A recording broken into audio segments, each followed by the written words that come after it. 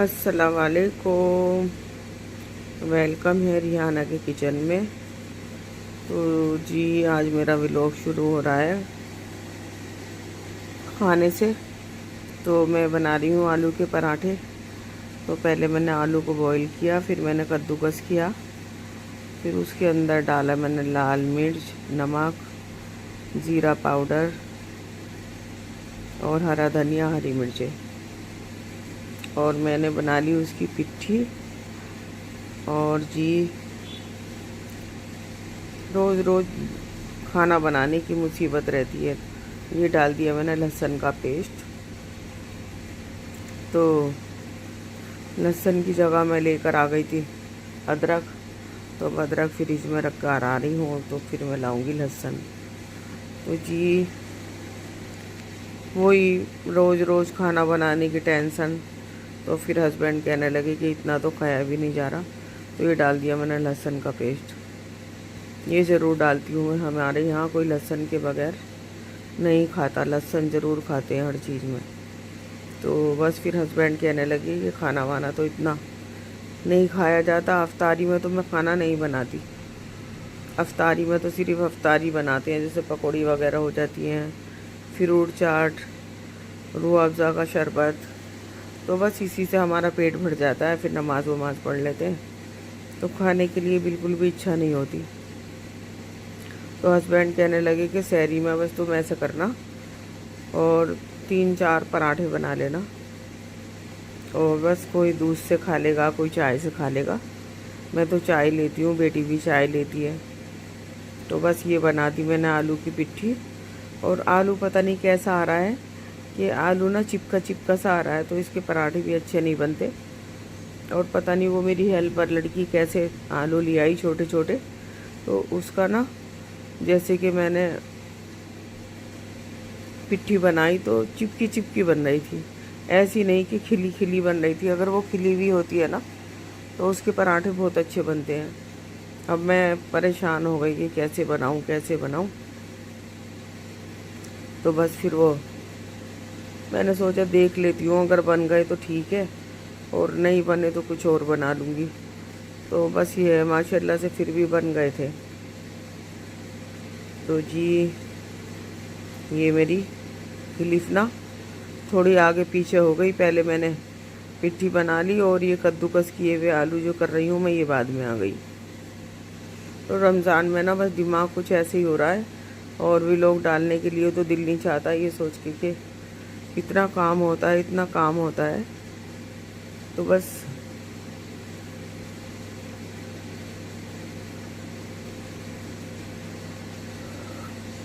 ادھر گوندھ کے رکھ دیا تھا میں نے آٹا گرم پانی سے، تو وہ 15 منٹ 10 منٹ جیسے کہ رکھا رہتا ہے، تو پھر وہ اتنا اچھا ہو جاتا ہے کہ جتنی بھی روٹی بڑھاؤ گے اتنی بڑھ جاتی ہے۔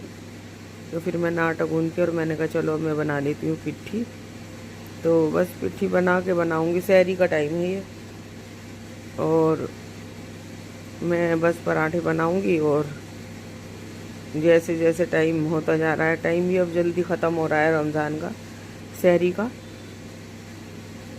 تو بس یہ اب بنانے لگی ہوں میں پراٹھے۔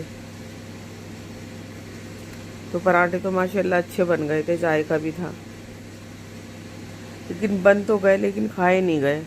بس یہ سمجھیے کہ آدھا پراٹھا مشکل سے ہم نے دونوں ہسبینڈ وائف نے کھایا۔ پہلے وہ کھانے لگے، میں نے کہا بس میرا تو دل نہیں چاہ رہا، تو پھر انہوں نے آدھا کھایا، آدھا بچا دیا، تو میں نے کہا چلو یہ میں کھا لوں گی۔ اور یہ سمجھ لیجیے کہ ایک عرصہ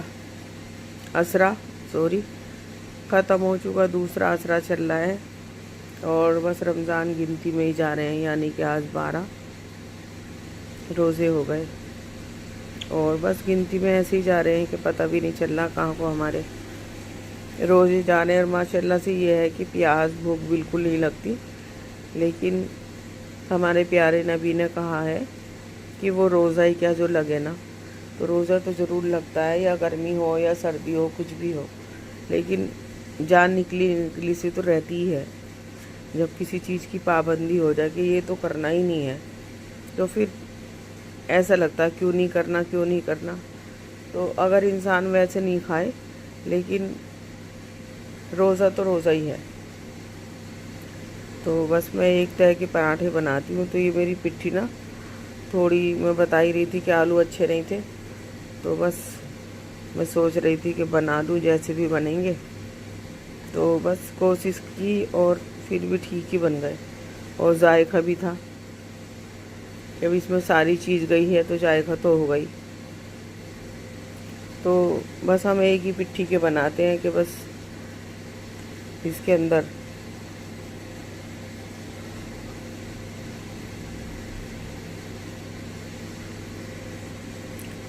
تو جی اگر آپ روزہ رکھ رہے ہیں تو روزہ یہ نہیں ہے کہ بس ہم نے کھانا نہیں کھایا، پانی نہیں پیا تو ہمارا روزہ ہو گیا. تو ایسا بالکل بھی نہیں ہے. اس وجہ سے کہ ہمارے آنکھ کا روزہ، ہاتھ کا روزہ، زبان کا روزہ، پیروں کا روزہ، تو ہر چیز کا روزہ ہوتا ہے. تو زیادہ سے زیادہ یہ کوشش کریے کہ بس صبح سے شام تک بہت سنبھل کے روزہ رکھیں کہ بھئی میرا روزہ ہے. تو کسی کو زبان سے کچھ کہنا نہیں، اور بس یعنی کہ آپ تو خود ہی سمجھدار ہو، تو ہر چیز کا روزہ ہے. تو ہمیں بالکل سوچ سمجھ کے چلنا ہے کہ بھئی ہمارا روزہ ہے تو ہمیں کوئی بھی کام ایسا نہیں کرنا، اور اللہ کو ضرورت نہیں ہے ہمارے روزے کی، ہمیں ضرورت ہے.